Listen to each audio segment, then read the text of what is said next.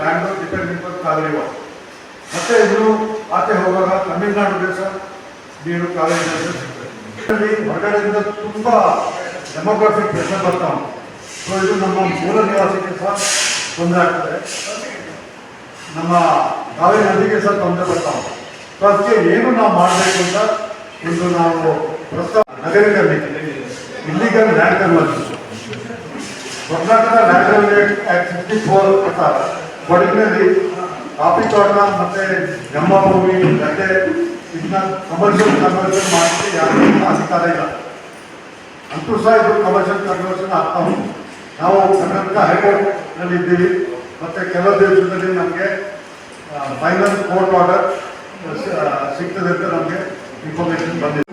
Project ಮಡಿಕೇರಿಗೂ ಸಮೀಪ K ನಿಡುಂಗನೆ ಅಂತ ಒಂದು ಗ್ರಾಮ ಇದೆ. ಅಲ್ಲಿ 94 ಏಕರ್ಸು ನೋಡಿಸ್ತೀವಿ. ನಾವು ಗೌರ್ಮೆಂಟ್ ಹತ್ರ ಹೋಗ್ತೀವಿ, ಆ ಪ್ರಾಜೆಕ್ಟ್ ಕ್ಯಾನ್ಸಲ್ ಆಗಲೇಬೇಕು. ಟೌನ್ ಪೊನ್ನಪೇಟೆ ಒಂದು ಗ್ರಾಮ ಗೋಣಿಕೊಪ್ಪ ಟೌನ್ ಪಂಚಾಯತ್ ಅಂತ ಡಿಕ್ಲೇರ್ ಮಾಡಬೇಕು.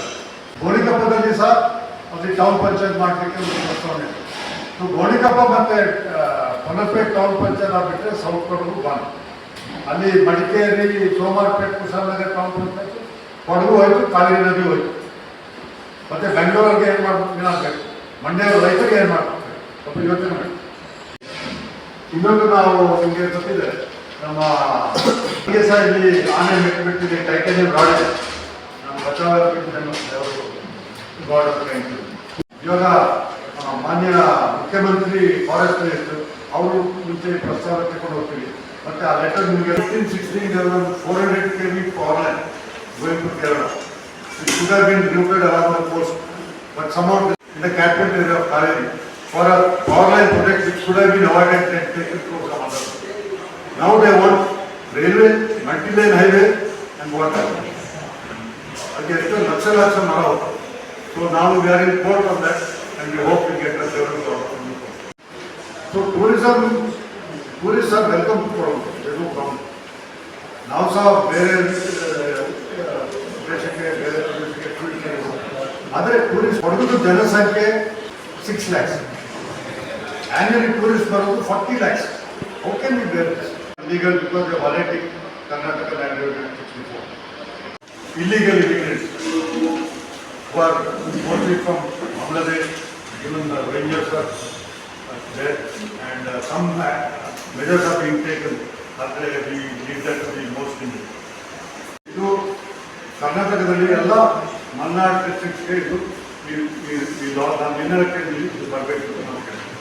ಸುಮಾರು 50ರಿಂದ 60 ಸಾವಿರ ಜನರು ಇನ್ನಿತರರು ಬೆಂಗಳೂರು, ಮೈಸೂರು ಪ್ರದೇಶದಲ್ಲಿ ಡಿಫ್ರೆಂಟ್ ಪಾರ್ಟ್ಸ್ ಆಫ್ ದಿ ವರ್ಲ್ಡ್ನಲ್ಲಿ ಇದ್ದಾರೆ.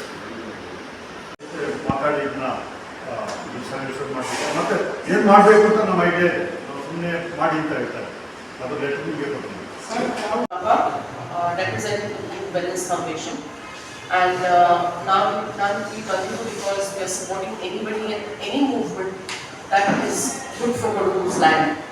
The reason we are also here is because we need the rules and regulations to fall into place to protect the land. Otherwise, the Kodagas will become like the Parsis of Bombay.